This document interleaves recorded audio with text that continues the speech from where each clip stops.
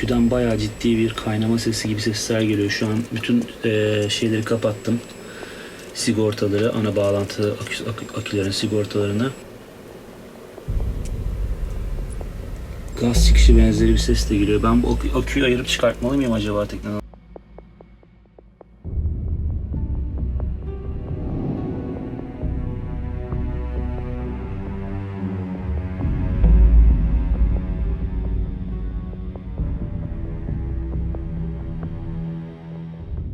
Dostlar, çok tatsız bir olayla karşı karşıya, hızlı olmam lazım. Akülerimizden bir tanesi şu an kaynadı. Çok tesadüf eseri fark ettik.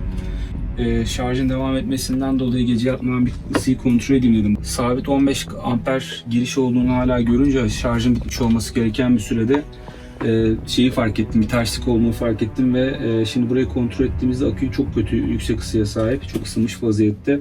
Diğer aküler daha iyi gözüküyor, bundan dolayı ısındığını düşünüyorum. Çok acil bir şekilde bu aküyü bertaraf etmemiz lazım. Böyle tatsız bir olay yaşıyoruz şu an.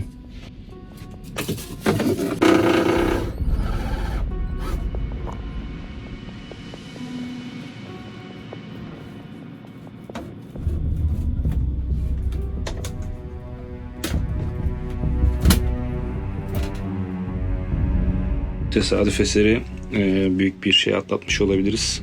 Hala tam emin değilim. Burada gördüğünüz boşlukta bu akülerden bir tane daha yer alıyordu. Yatmadan önce şarj süresi tamamlanmış olmasına rağmen yüksek bir tüketim fark ettim. Yüksek tüketim değil de sadece 15 amper, kaynağı belli olmayan tüketim vardı. Ne olur ne olmaz diye şarj cihazına bakarken ne bittiğini, akü sıcaklığının 53 derece olduğunu gördüm. Ve akü bankamızın olduğu yere koştum. Burası normalde kedimizin yattığı kamera, Mia'nın eşyalarının olduğu bir kamera. İçeride garip bir koku ve korkunç bir ısı vardı. Tesadüf fark etmezseydim ne olacaktı bilmiyorum ama akü yanıyordu neredeyse. Yani çok sıcaktı. Şimdi onu dışarıya zar zor attık. Bu diğer aküleri kontrol ediyoruz. Mia'da bu akşam böyle bir korkutucu bir gece oldu. Tam yatmaya hazırlanacakken bir anda acil durum ilan edip geldiğimiz hal şu. Fena. Ama daha fena olabilirdi. Ona odaklanmak lazım. 2 numarayı şu an sistemden ayırdık. Akü değerleri ortak kümülatif voltaj 13.17. Bütün gece şarjsız kaldı, gayet normal. Güneş panelleri şu an şarj etmeye başlamış. Redresörü kapattım çünkü redresör çok yüksek, yaklaşık 60 amper gibi çılgın bir akım verebiliyor. Şu an riskli olduğu için her şey. Sadece güneş panellerinde şarj yapıyorum. 2 tane buzdolabı şu an non-stop çalışıyor. Sabah kalktığımda maalesef onların bayağı bir ısılarının düştüğünü fark ettim. Mia da bize yardımcı olacak. Hayır. Ah. Neyse. Babacığım, dilini değdirme hiçbirisine, olur mu? Dostlar merhaba. Sizlerle dün akşam yaşadığımız tatsız olayı paylaşmak istiyoruz. Seyirden gelmiştik. Günlük işlerimizi yapıyorduk. Bu arada tabii ki akülerimizi şarj ediyorduk şarj cihazımızla. Kara elektriğine bağlıydık. Tüm gün boyunca şarj sürdü ve normalde işte yaklaşık 3-4 saat içinde tamamlanan bir işlem bu.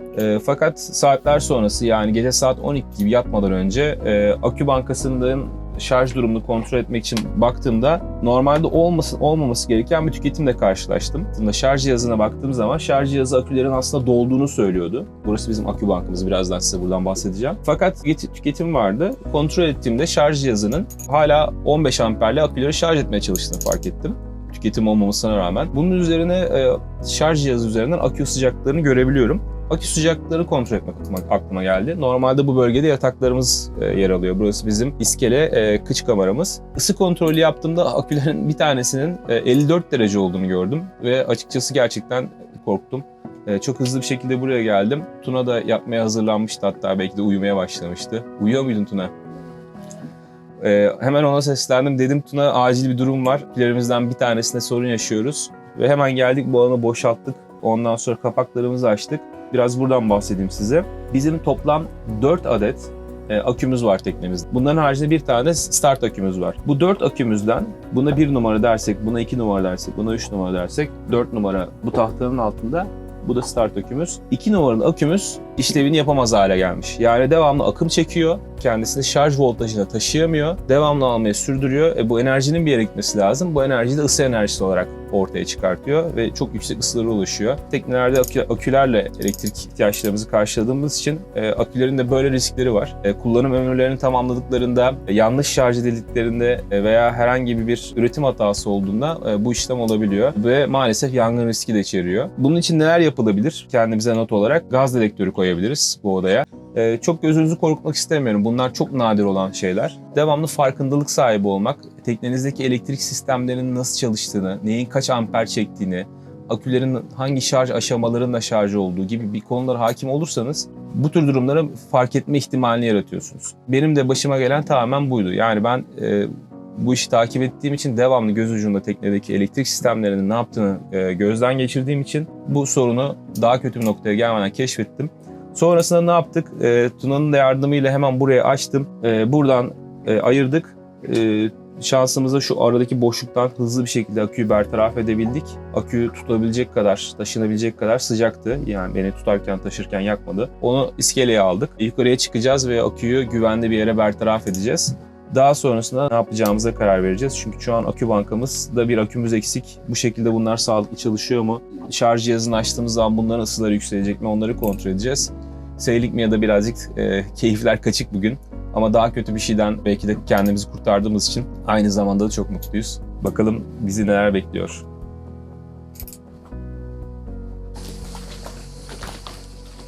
Evet. Akü hala normal olması gereken sıcaklığın üstünde gibi gözüküyor. Ama artık riskli bir şey göstermiyor. Şimdi maalesef çok ağır. Bunu güvenli bir yere taşıyacağız. Günaydın. Ya Allah, keyfin varsa ucundan tutabilirsin beraber. Bir, akşam akü kaynadı. Bekle. Ah. Akşam akü mü kaynadı? Aynen abi. O ne demek tam olarak? Anlatayım. Öldü mü? Yoksa düzeliyor mu? Öyle söyleyeyim. Büyük ihtimalle rahmetli ve büyük ihtimalle bir yangın riski de olabilirdi. Ve jel. Jel akü abi ama 4 yaşında. Hani Ve Excite. Hani Ömrünün- eski marka. sonuna ulaşmış olabilir. Şöyle oldu abi. Senin de aklında olsun. Günaydın. Geldik normal sistem. Evet merhaba. Bir güncelleme videosu paylaşmak istiyorum sizlerle. Şimdi saat 12. Akülerimizi takip ediyoruz. Solar panellerimizle şarj ediyoruz şu an akülerimizi. Herhangi bir ısınma veya bir olumsuzlukla karşılaşmadık. Normal akülerin şarj olma işlemi devam ediyor. Bu arada akülerimizi ve elektrik sistemimizi yaparken destek aldığımız Trend Marine firması Oktay Bey ile görüştük. Onunla durumu paylaştık. Onunla yaptığımız istişare sonunda mevcut akülerimizde kalan 3 tane servis akümüzde eğer sağlıklı durumdalarsa devam etmeye karar verdik. Bu bizim akü havuzumuzu birazcık daraltacak. Şimdi ne sorun yaşayabiliriz eğer akü havuzumuz daralırsa? Geceleri güneş panellerinden hiçbir üretim almadığımız dönemlerde biz bu havuzdaki enerjiyi kullanıyoruz. Su gibi düşünebiliriz bu elektriği. Ve gece boyunca bu suyla, bu enerjiyle 2 tane buzdolabımızı çalıştırıyoruz. Sabaha kadar bu havuzdaki suyun bitmemesi gerekiyor. Biz şimdi havuzumuzu küçülttüğümüz için ilk bizim için challenge bu olacak. Bu enerji miktarıyla bu 2 dolabı çalıştırabiliyor muyuz? Çünkü sabah olduğunda güneş ortaya çıkıyor. Tekrar dışarıdan enerji almaya başlıyoruz ve bu sistemimizi rahat rahat çalışmasına yeterli oluyor. Artan da akülerimizi dolduruyoruz. Sonra tekrar gece oluyor. Üretim kesiliyor. Havuzda kalan enerjiyle buzdolaplarımızı çalıştırıyoruz. Ana enerji tüketicilerimiz onlar. Eğer bu 3 akümüzle 2 buzdolabımızı çalıştırabilsek süper. Gittikleri süre boyunca tahminen 1 sezon, 2 sezon daha bu şekilde devam edebiliyoruz. Birkaç soru geldi Instagram'dan. Videoda da onları cevaplamak istiyorum. Sizler de videoyu izlerken aynı soruları soruyor olabilirsiniz. Neden bir akü daha eklemiyoruz bu 3 akünün yanına? Neden sistemimizi eski haline çevirmiyoruz? Bunun sebebi şu, eğer buraya bir akü eklersek otomatik olarak diğer akülerle aynı yaşa geliyor. Yani yatırım olarak iyi bir yatırım olmuyor. Bu aküler daha sadece bir sene daha dayanacaksa alacağımız yeni akü de onlarla beraber eskiyor, onlara adapte oluyor ve kötü bir yatırım oluyor. Bu olayın sebebi ne? Neden böyle bir şey yaşadık? Şimdi akülerin bu tür davranışlar sergilemesinin bazı sebepleri var. Eğer akülerinizi normalde olması gerekenden alt voltajlara indirip sonra tekrar şarj edip tekrar 12 volt altına indirirseniz aküleriniz kolay bir şekilde bozulabiliyor. Biz bunu yapmadık. Biz akülerimizin şarjlarını çok düzenli takip ettik. Onları asla inmesi gerekenden aşağı indirmedik. İyi bir şarj cihazı kullanıyoruz. Onun dışında güneş panellerini düzenli besliyoruz. Bizim yaşadığımız sorunun sebebi bu değil. Bizim yaşadığımız sorunun büyük ihtimalle sebebi akünün ömrünün tamamlaması. Bunun ortaya çıkmasına nasıl önüne geçebiliriz veya nasıl haberimiz olabilir? Ben açıkçası bu sorunu keşfetmemin sebebi gece akü şarjırının, aküleri şarj eden cihazın çalışmaya devam ediyor oluşu beni uyandırdı. Oradan sonra akü monitörünü kontrol ettim. Fazladan bir 15 amperlik tüketim olduğunu tespit ettim. Bu tespit ettiğim 15 amperi bir yorumlayamadım. Yani buzdolaplarını, diğer tüketicileri, ki zaten en büyük tüketici bizim teknemizde buzdolapları kapattığım zaman bu 15 amperin hala bir yere gitmeye devam ettiğini fark edince tek seçenek kaldı: akülere gidiyor olması. Doğada bildiğiniz üzere yasa olarak enerji yoktan var olmuyor, var olduğu yerde de yok olmuyor. O 15 amper burada ısı enerjisine dönüşmeye başlamıştı. Yani akü şarj voltajına, şarj oldukları akımı alıyorlar. Belli bir seviyeye ulaştıkları zaman şarj cihazları bu seviyenin üzerinde artık akülere enerji göndermiyorlar. Yani şarjı kesiyorlar. Bu durumda enteresan olan, bozulan akü hala enerji almaya devam ediyordu. Belli bir voltajın üzerine ulaşmadığı için ve bu bir akü bankası olduğu için sorunlu olan parça diğer akülerin de bu voltaja maruz kalmasına sebebiyet veriyordu. Ve sorunlu olan 2 numaralı akü aldığı enerjiyi ısıya dönüştürüyordu. Bu da işte akülerin kaynaması denilen olay. Enteresan olan aküden çıkan sesti. Akünün bir fanı olsa dostlar ancak bu kadar düzenli bir ses çıkartabilirdi. Defalarca kere kendime şeyi söylerken buldum. Ya dedim, bu aküden bu sesin gelmemesi lazım. Ama bu aküden resmen bir fan çalışıyormuş gibi, bir soğutma sistemi varmış gibi ses geliyordu. Aküden bayağı ciddi bir kaynama sesi gibi sesler geliyor şu an. Bilginiz olsun, aküler, en azından jel aküler, bizim kullandığımız tipteki jel aküler böyle bir şey yapabiliyor. Şaşırmayın. Bu konuyla ilgili daha önce çok okumuştum. Bir gaz çıkışı oluyor akülerde ve çok tehlikeli. Hemen olabilecek en iyi şekilde ortama havalandırmaya başladık. Burada olabildiğince az zaman geçirmeye çalıştık. Ve aküyü tekneden bertaraf ettik. Neler tavsiye edebilirim? Öncelikle teknenizde kesinlikle bir akü monitörü bulundurun. Bu akü monitörünü nasıl kullanmanız gerektiğini çok iyi öğrenin. Elektrik sisteminize hakim olun. Cihazlarınızın hangi aralıklarda nasıl çalıştığına hakim olun. Bir adım ileriye gidin, onları fan seslerini de dahi takip edebilir hale gelin. Denizci dostlarıma hatırlatmak istiyorum. Teknelerimizde gaz ve duman dedektörü bulundurmamız lazım. Çok önemli, çok kıymetli bir cihaz. Şimdi ne yapacağız bundan sonrası için? Birazdan redresörle şarj etmeye başlayacağız akülerimizi. Yani şarjırımızda. Şarjırın kaç amper verdiğini, akülerin kaç volta çıktığını takip edeceğiz. Eğer bir ısınma yoksa, eğer normal hayatımıza devam edebiliyorsak burayı toplayacağız. Tekrar seyir yapabilir hale getireceğiz. Kuşaklarımızı aradan çıkan aküye göre tekrar ayarlayacağız. Akülerin çünkü gezmemesi gerekiyor bu alanda. Takibe devam edeceğiz. Sizle de gelişmeleri paylaşırız. Mia'dan şimdilik böyle.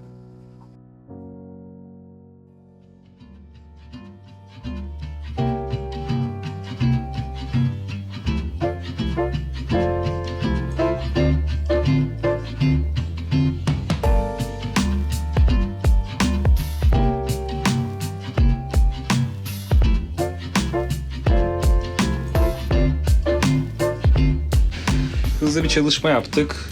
Eski 1 ve 3 numara, arada 2 numara yok. İkisini tekrar yerleştirdik. Sıkı bağlantılar yaptık. Aradaki fazla bağlantı kablolarından ayırdık. Yani malzeme arttırdık. Ondan sonra gülme usta. Malzeme arttırmak önemli Türk ustalığında. Tabii yaparken ne yaptık? Başka bir ustalık meziyeti olan yaparken bozduk. Bu ısı sensörünün kablosu çok kısaymış. Ben de buradaki yerine buraya bağlamak istedim. Onu kopardık. Şimdi ona ek yapıyoruz.